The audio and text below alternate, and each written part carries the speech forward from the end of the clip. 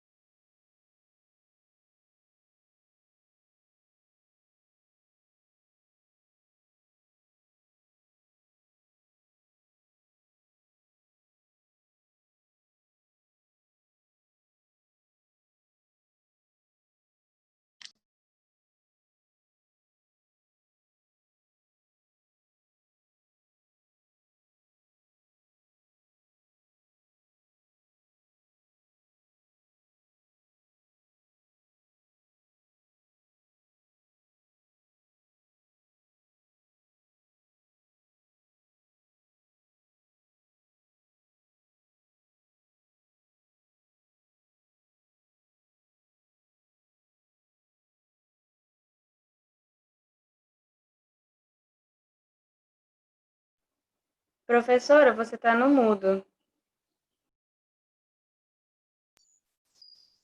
Obrigada por avisar. Já percebido.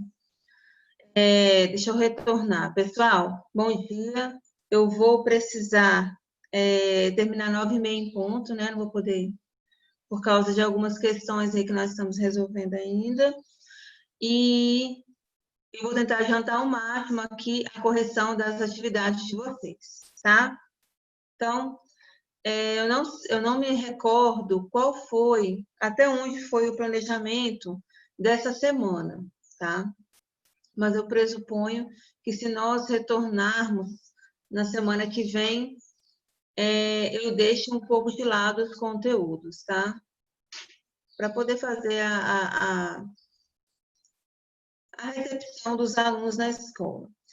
Então, vamos à questão 4, tá? Vamos continuar aí com a correção referente à redação nota 1000 da Isabela Dora, né? Publicada em 2018. Se eu não me engano, eu corrigi até a questão 3, e agora eu vou para 4. Se eu estiver errado, vocês me informem aí, tá? Lá na questão 4, eu tenho o seguinte, pessoal. A introdução da dissertação faz referência ao filme Jogo da Imitação. Segundo a autora, que relação esse filme estabelece com a ideia defendida? Bom, para responder essa pergunta, vocês têm que conhecer esse filme. Vocês conhecem esse filme? Já assistiram o Jogo da Imitação? Alguém já ouviu falar? Eu não. Então, Também não. o Jogo da Imitação... Ah, gente, eu vou ficar perdidinha hoje, tá? Se eu me perder aí, vocês... Tá muita confusão. O Jogo da Imitação, ele é um filme baseado na história de um personagem real, né? Eu não me recordo o nome dele é difícil. Ele era um homem homossexual, tá? Então, ele já vivia um preconceito imenso na época, porque naquela época, né? Na época da Segunda Guerra Mundial, ali, 1940, 1945, era crime ser homossexual, tá? Então, se você era descoberto, ou você era castrado, ou você era morto. E ele era muito inteligente, ele era extremamente inteligente. Então, ele conseguiu codificar as mensagens que eram transmitidas por telefone entre os alemães. Antigamente tinha muito aquela coisa de rádio, né? E aí ele conseguia captar essas transferências e codificar as mensagens. Então, após codificar, ele traduzia essas mensagens. Então, ele conseguiu aí salvar muitas vidas e evitar muitos combates, né, muitas batalhas, mediante essa invasão aí de privacidade, tá? Entre os alemães. Então, as pessoas conseguiam se preparar com antecedência a um ataque ou qualquer outra coisa do gênero, porque ele conseguia antecipadamente codificar essas mensagens, né?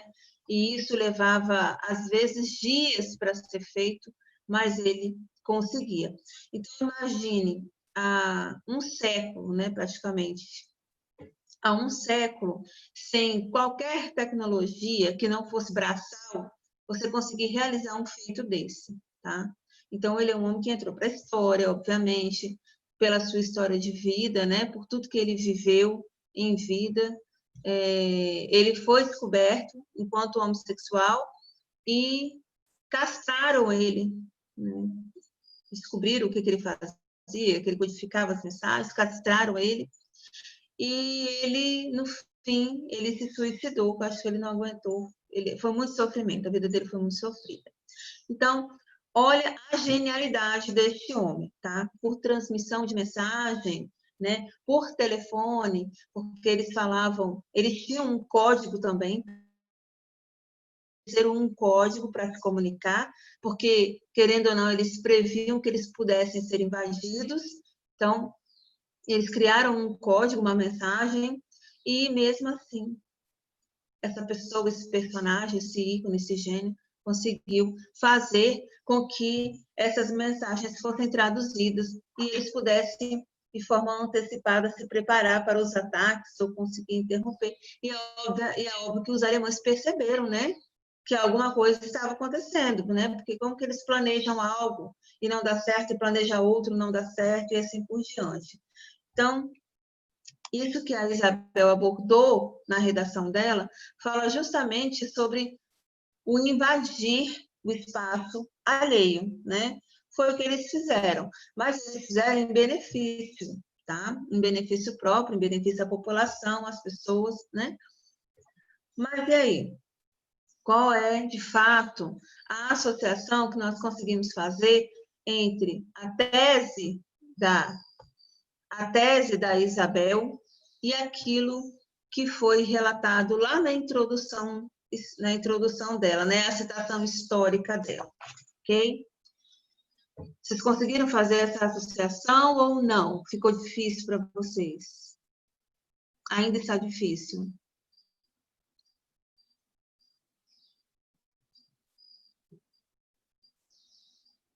Ainda no ano dá para vocês fazerem pelo menos o paralelo, mesmo que vocês não consigam escrever. Vocês conseguiram entender a citação dela histórica e fazer essa analogia, essa comparação entre a história, né, que surge no filme, o Jogo da Imitação, e a tese dela, que ela defende? Professora, eu fiquei meio perdida no meio para o final. Entendi. Ok. Então, vamos lá, pessoal. O filme aborda o uso do algoritmo, tá? De dados, né? O uso de dados. Que para quem é leigo como nós, fica realmente difícil de entender. Eu precisei assistir o filme umas 2 vezes, na época que ele foi lançado, tá? Porque esse filme já é velho. Na época que ele foi lançado, eu acho que eu assisti umas 2 vezes. O professor de matemática gosta muito de passar esse filme. Por isso que eu pensei que vocês já tivessem assistido.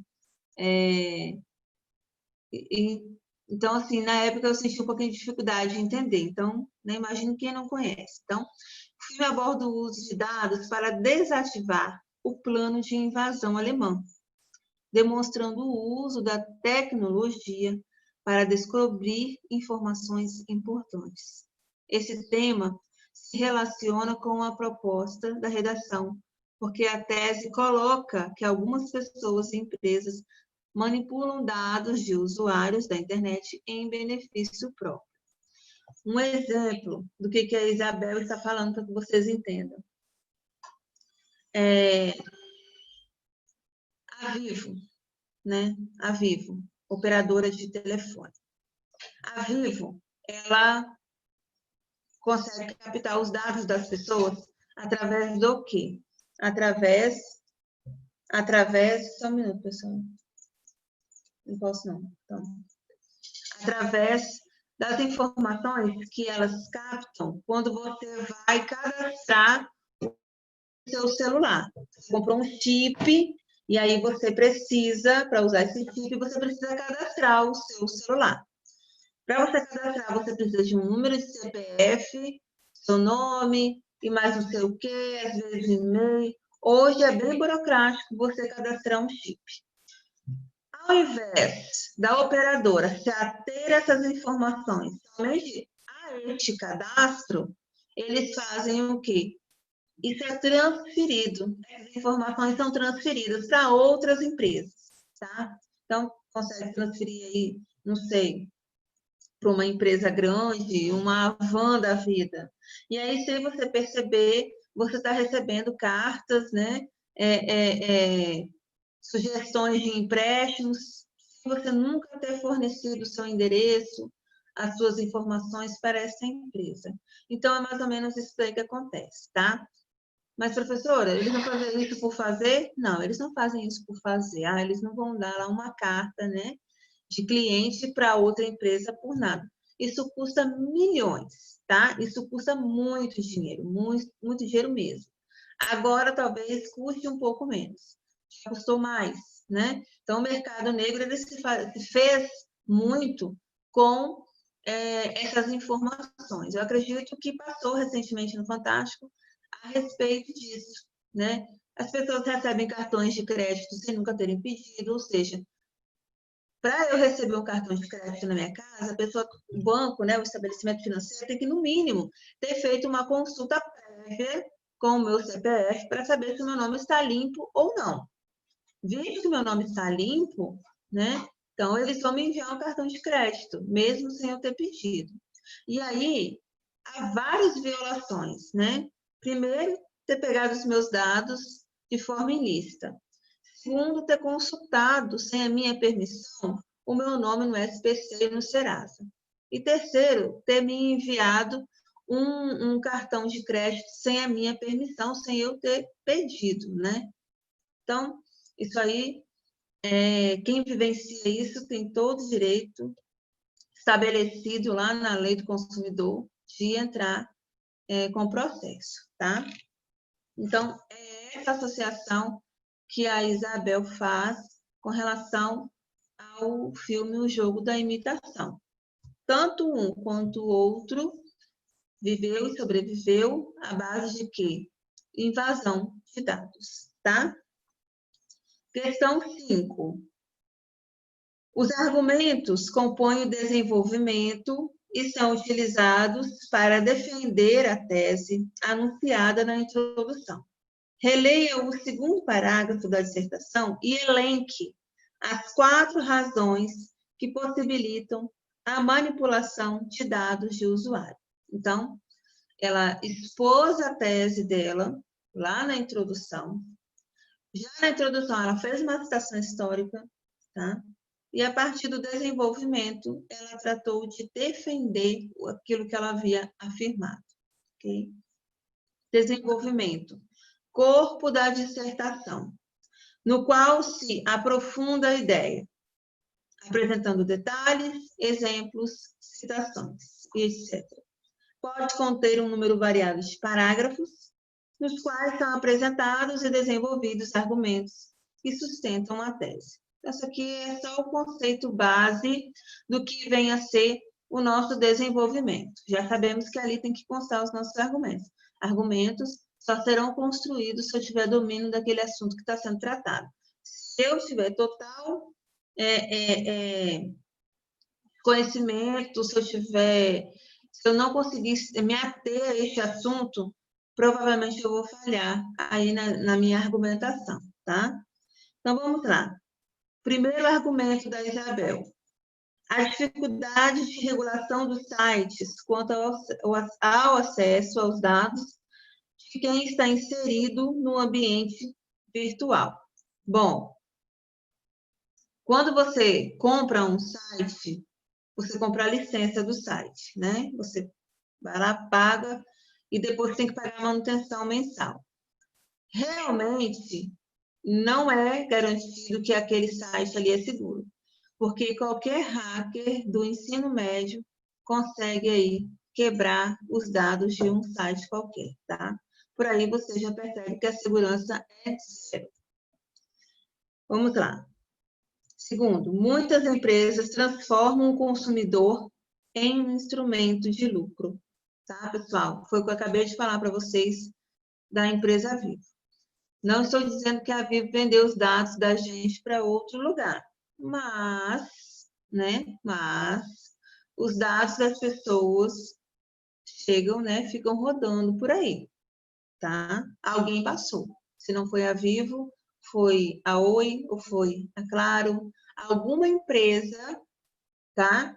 Qual você forneceu os seus dados, passou essa informação para outra a troco de muito dinheiro, tá? Os entraves para o controle da manipulação. Então, na verdade, não existe esse controle. A internet, ela evoluiu bastante, as leis estão aí, né?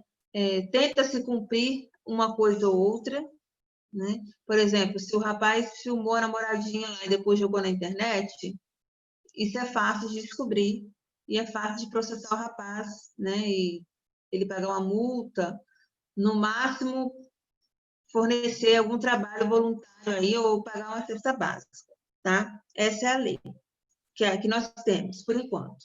Então, muita coisa ainda é falha, tá? Então, as pessoas manipulam, o resultado de tudo isso aí é a Deep Web, né? Que a gente sabe que existe, que é o submundo da internet, que acontece e nada é feito. A dificuldade de identificação dos agentes dessa ação.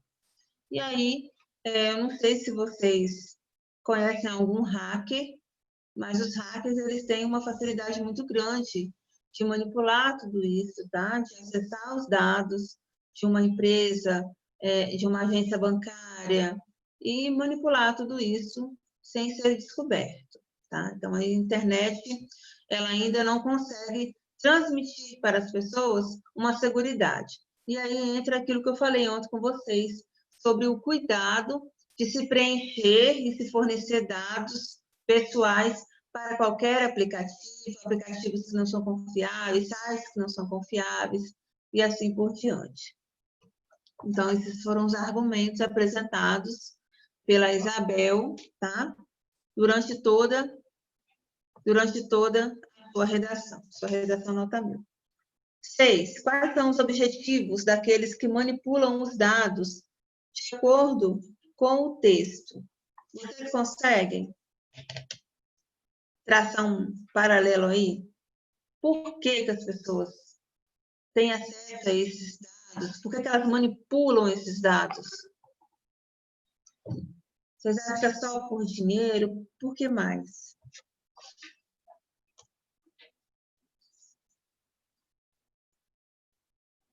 Já pesquisaram alguma coisa na internet? Por exemplo, um tênis para comprar.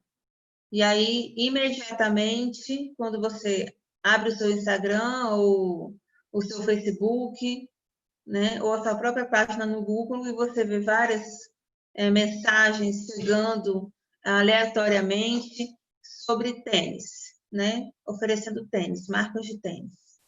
Ou você pesquisa lá uma maquiagem e acontece a mesma coisa. Vai chegando um monte de mensagens de maquiagem, maquiagem, maquiagem, maquiagem, maquiagem. Parece até que tem uma pessoa te espionando, né?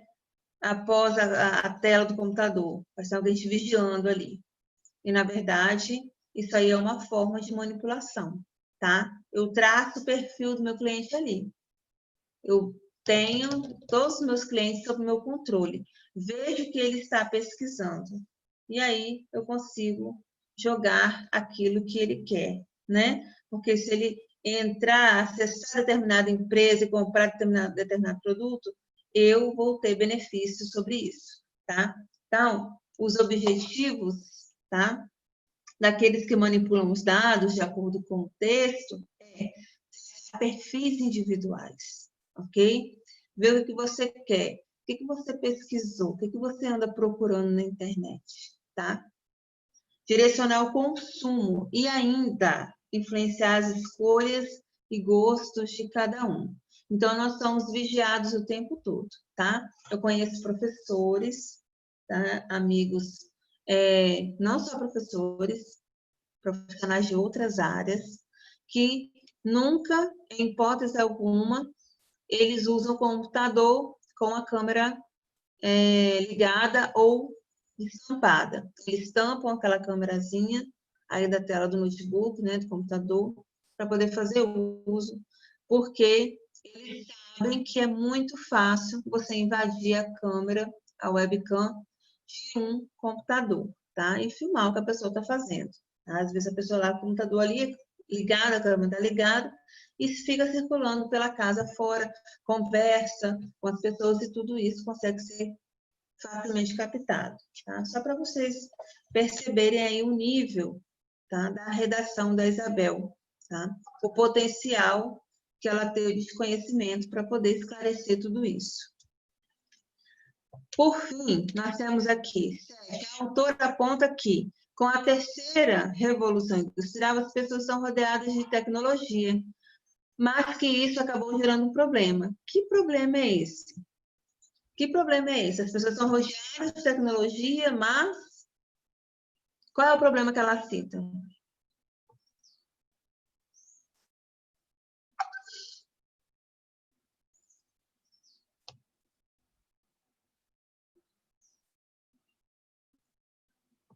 Vamos, povo.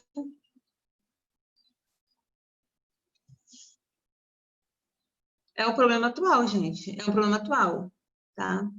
Ela mencionou isso em 2018, mas eu acredito que esse problema que ela menciona é super atual, tá?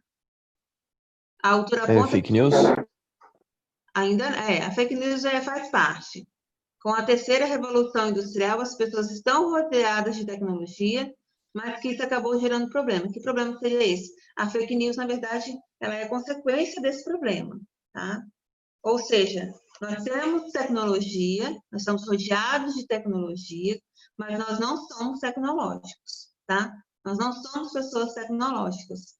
Nós temos ainda os nativos tecnológicos, que são vocês, que já nasceram na era da informática, mas percebemos que muitos ainda não são tecnológicos, ou seja, não têm domínio dessa tecnologia, tem dificuldade para poder manipular uma editação, tem dificuldade para gravar um vídeo, tem dificuldade para ligar a câmera, né, numa aula online, tem dificuldade para identificar uma reportagem que seja real ou que seja uma fake news, tá? Então, isso é uma carência tecnológica, tá? Falta ainda um amadurecimento. A gente percebe o quê? Principalmente no Brasil. Eu mencionei isso com vocês, para vocês ontem, que o Brasil é um dos países que mais compartilha fake news, né? Acredita em fake news. E nós ainda temos o agravante de tudo isso, ter que lidar com pessoas na internet que não conseguem conversar decentemente. As pessoas se agridem na internet, fazem comentários grosseiros, chulos, ofensivos, né? Contraria a opinião alheia, na base da ofensa.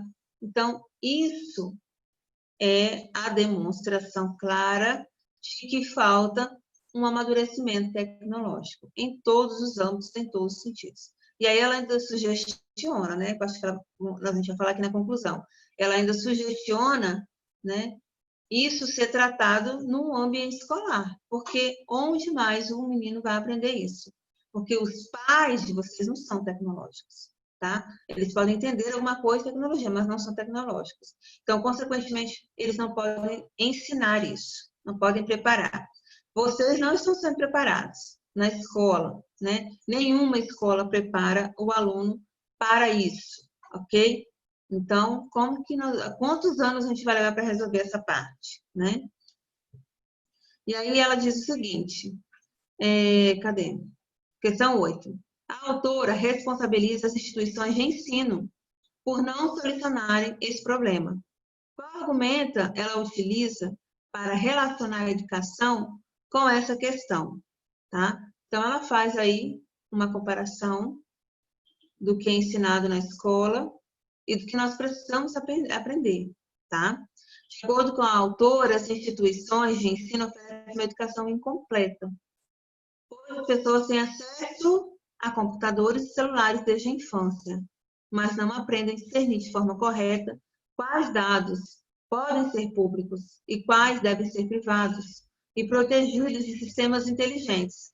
Ela argumenta que é importante reconfigurar o ensino, concordo plenamente, tá? É isso mesmo, reconfigurar o ensino, e o ensino tem que ser tecnológico. Acredito que depois dessa pandemia, o ensino ele crescerá e muito nessa parte tecnológica. Não pode ser só o básico já passou, já foi. Não tem como voltar para trás, ok?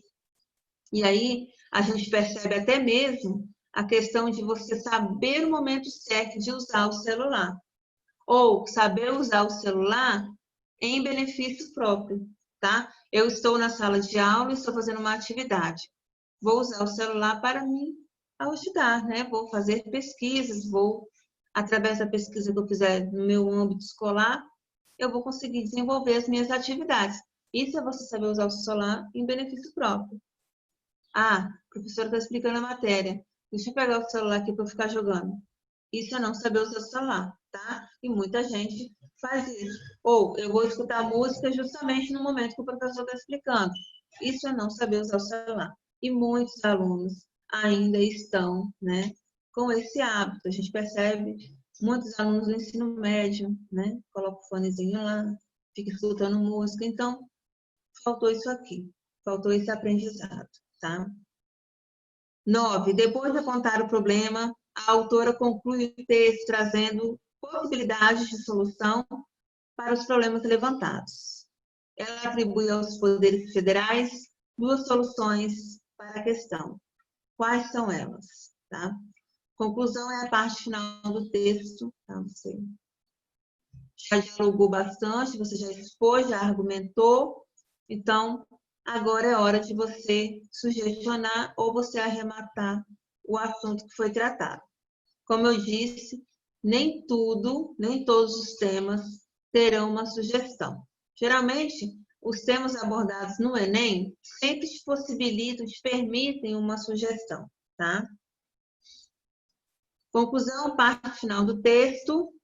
Há várias estratégias para concluir um texto dissertativo. Retomada da tese. Resumo do que foi exposto ou argumentado no desenvolvimento e apresentação de uma solução para a questão, por exemplo. Tá? Ela sugestionou o seguinte: o executivo deve investir no Ministério da Ciência e Tecnologia e o legislativo deve inserir na grade curricular disciplinas como informática e educação tecnológica, por meio da alteração da Lei de Diretrizes e Bases da Educação.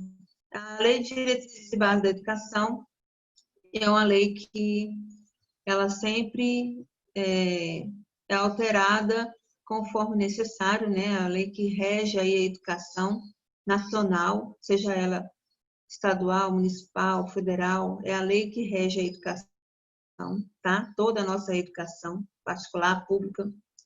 É baseado nela que se formam os planos de ensino, os planos de aula, todo plano de uma escola, né? O pedagógico da escola, todo baseado nas leis, diretrizes e bases. Então, a escola ela não pode sozinha determinar o que ela vai ensinar para o aluno na escola, tá? Então, para que essa disciplina seja obrigatória no currículo, ela tem que vir através de uma lei e tem que ser inserida na lei de diretrizes e bases da educação. Se isso não acontecer, a escola ela não tem essa autonomia, né, de, eu vou dar uma aula aí, né, sobre informática e não sei o quê, e a grosso modo, não pode, tá? Por quê? Porque se uma escola oferece essa oportunidade e a outra não, a gente vai ter um problema lá na frente, né? Um grupo será privilegiado em detrimento do outro, então não pode, tá? Então, por isso que existe essa lei para poder colocar em ordem essas questões. Então, pessoal, eu vou finalizando aqui, tá? Como eu disse para vocês, hoje eu precisava terminar a aula no horário exato. Próxima aula, não sei onde será, se será na escola ou se será aqui. A gente vê o que nós faremos, a gente retoma os conteúdos, a gente vê o que a gente vai fazer. Por hora, é isso. Qualquer dúvida, vocês podem entrar em contato. Tá bom, nono ano? Beijo, abraço para todos. Bom dia para vocês. Tchau, professora. Bom dia. Bom dia. Tchau, professor. Tchau.